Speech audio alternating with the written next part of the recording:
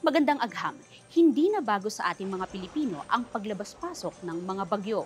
Pero ayon sa bagong pag-aaral ng DOST Pag-asa, mas dumarami ang bilang ng mga super typhoon na pumapasok sa ating bansa sa nakalipas na 2 dekada.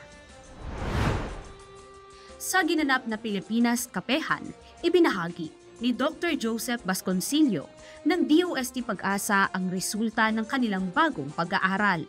Ayon dito, mas dumami ang pumasok na super typhoon sa bansa na maaari umanong maiugnay sa climate change. Sa Pilipinas nga po, gaya ng aking pananaliksik, nakita po natin na yung tropical cyclone activity mula taong 2003 hanggang 2020 ay mas naging aktibo.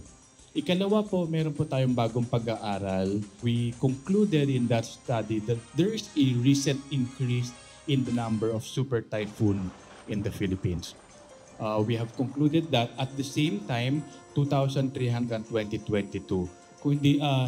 Of course, if you can recall, this year alone, ang dami po nating super typhoon na pumasok sa loob ng Philippine Area of Responsibility, and we confirm that.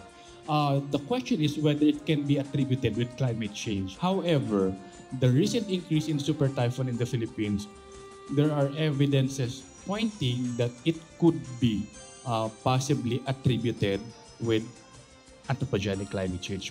Bukod sa pagdami ng super typhoon, kapansin-pansin rin aniya ang pagdami ng ulan na ibinabagsak nito. Isa dun sa mga nakikita nating pagbabago, halimbawa, ay yung direksyon ng hangin.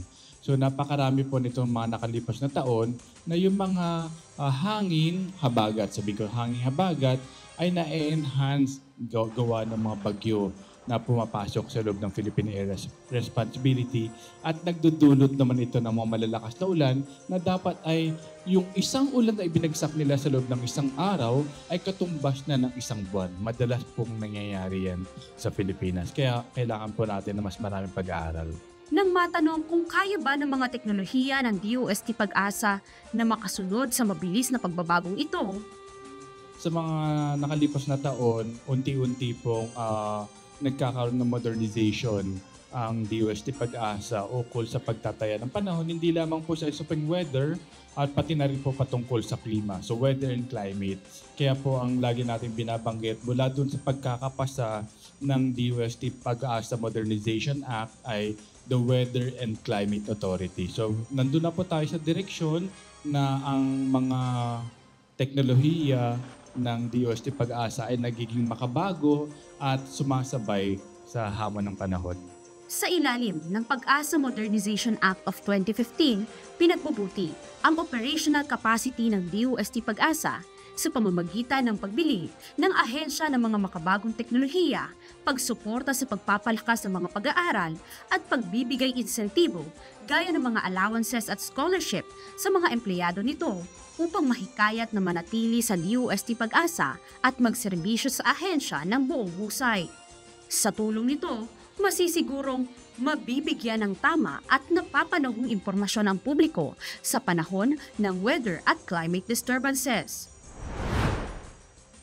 Ang Pilipinas Kapehan ay isang dialogue series sa pagitan ng media, scientists at science communicators na inorganisa ng National Academy of Science and Technology o NAST Philippines.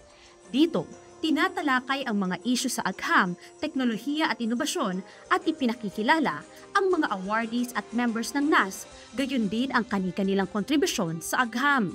Isa rin itong platform upang ipakita sa media at sa publiko ang mga inisyatiba ng ahensya.